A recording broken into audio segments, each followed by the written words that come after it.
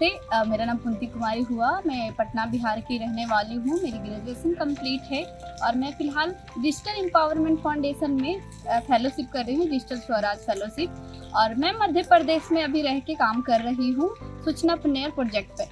मेरी भूमिका project coordinator और डिस्ट्रिक्ट कोऑर्डिनेटर के रूप में मैं यहाँ जानी जाती हूँ। ओवरऑल नीमच में एक भी सेंटर नहीं था हमारा डीएफ का।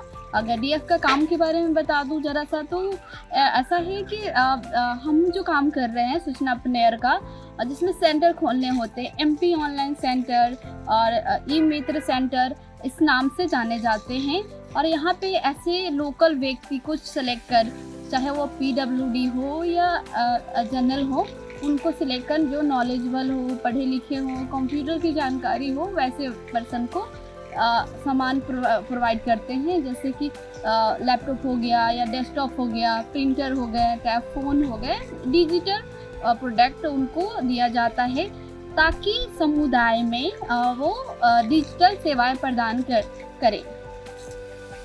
इस फेलोशिप में शामिल होने के लिए आपको सबसे पहले किस बातों ने प्रेरित किया? मैं हर नई चीज़ों को सीखने में ज़्यादा इच्छुक होती हूँ। तो मेरा काम पहले विमेन एम्पावरमेंट पे था, लीगल पे था, जेंडर बेस पे था, सत्ता पे था। तो हमने डिजिटल पे काम नहीं किया था। तो हमें ऐसा लगा कि डिजिटल पे काम करना बहुत ज़रूरी है, क्योंकि अभी के समय में डिजिटली बहुत चेंजेस लाने की ज़रूरत है। उससे हमारा बहुत सदुपयोग होगी, टाइम की बचत होगी और वो टाइम को अपनी डेवलपमेंट पे हम फोकस कर सकते हैं, उस टाइम को लगा सकते हैं। इसीलिए हमें लगा कि हमें डिजिटल की समझ होनी चाहिए और लोगों में भी देनी चाहिए, इसलिए हम इसको ज्वाइन किए। जब मैं ये फेलोशिप करने आई तो जैसा कि मैंने बताया, ये एरिया बिल्कुल मेरे लिए नया था।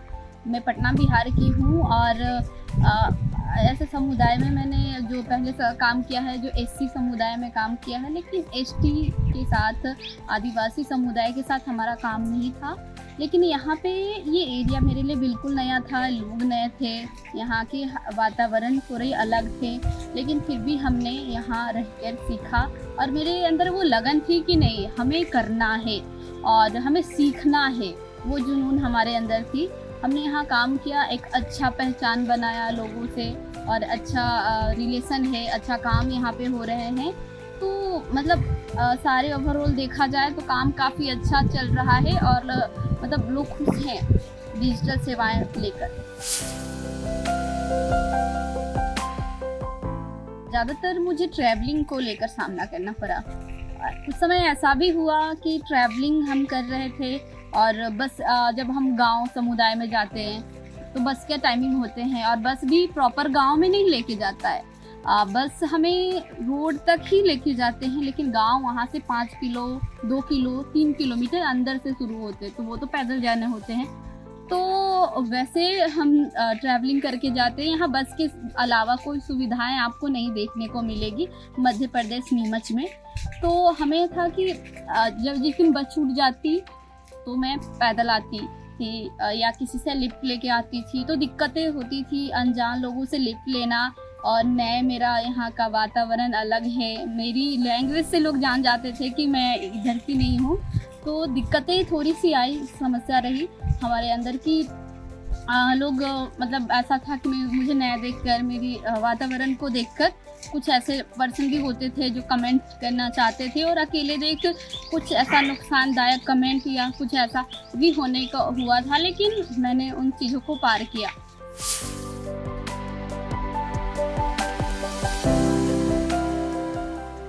मेरी समझ काफ़ी विकसित हुई है इस ऑर्गेनाइजेशन में आके, क्योंकि नाम ही है संस्था का डिजिटल एम्पावरमेंट फाउंडेशन, तो काम भी आप समझो डिजिटली पे ही होता है। तो हमारे अंदर ये था कि डिजिटली चीज़ों को भी हम ले अपने अंदर वो ले, तो हमने लिया है, सीखा है डिजिटली। अभी मैं अच्छे से सोशल मीडिया प्लेटफॉर्म हैंडल कर लेती हूँ, पेजेस हैंडल कर लेती हूँ, लोगों को बताती हूँ, कोई भी फॉर्म्स हो वो फिलअप करती हूँ या कोई भी जानकारी हो जिससे टाइम की बचत हो, लोगों में अवेयरनेस हो, वो टाइम को वो कहाँ सदुपयोग कर सकते हैं, तो डिजिटल के बारे में इस तरह की चीज़ें हमें काफ़ी समझ हुई है।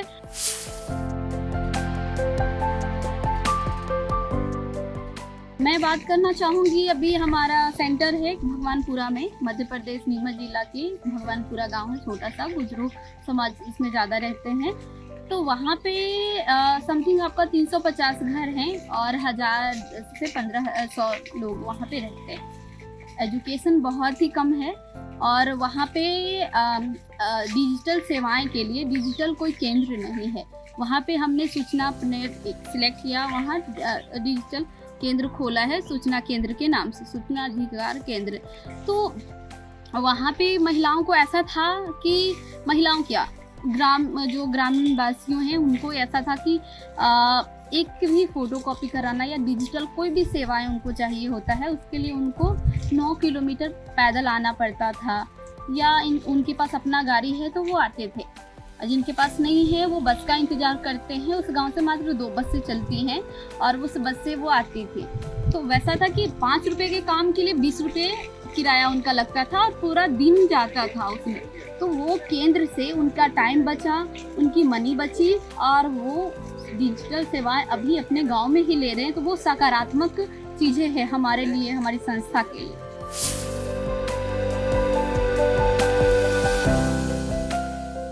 मैं उनको ये संदेश देना चाहूँगी कि वो जिस तरह से अदर क्लासेस करते हैं इसी तरह से डिजिटल कोर्स भी करें, ताकि उनसे उनके अंदर कुछ अलग चेंजेस हो और वो डेवलपमेंट की ओर एक बढ़ सीढ़ी इसमें भी आगे बढ़ें और अपने टाइम को सदुपयोग करें। क्योंकि अभी के उसमें जनरेशन में देखें तो काफ़ी डिजिटली चीज़ें हो गई हैं। आप ऑनलाइन पेमेंट का ही ले लो, पहले हम कैसे करते थे और अभी जहाँ देखो स्कैनर लगा है, जहाँ देखो आप ऑनलाइन पेमेंट करते हो। तो अभी ये कितना हो गया है। इसी तरह से बहुत चीज़ें हो रही हैं कि डिजिटल हो रहे हैं और हम अभी डिजिटल से दूर हैं और आने वाली जनरेशन में बहुत सारी चीज़ें हैं कि डिजिटल हो जाएंगे। तो उसकी जानकारी हमें होनी चाहिए ताकि हम उसका सही उपयोग कर सके। और अगर डिजिटल हम सीखने को बोल रहे हैं तो आप इनमें 2 चीज़ें सीख सकते हैं कि हम डिजिटली हो रहे हैं तो उससे हमें नुकसान भी है किसी भी चीज़ का, जैसा कि मैंने पहले बताया पॉजिटिव निगेटिव दोनों असर होता है, तो इसके भी है। तो कहाँ पे हमें बचना है फ्रॉड होने से, अगर हमारे साथ फ्रॉड हो रहा है तो हम कैसे बचेंगे, क्या उपयोग करना है, तो उसकी भी ट्रेनिंग्स लेनी चाहिए, तो हम इसका अच्छा उपयोग कर सकते हैं।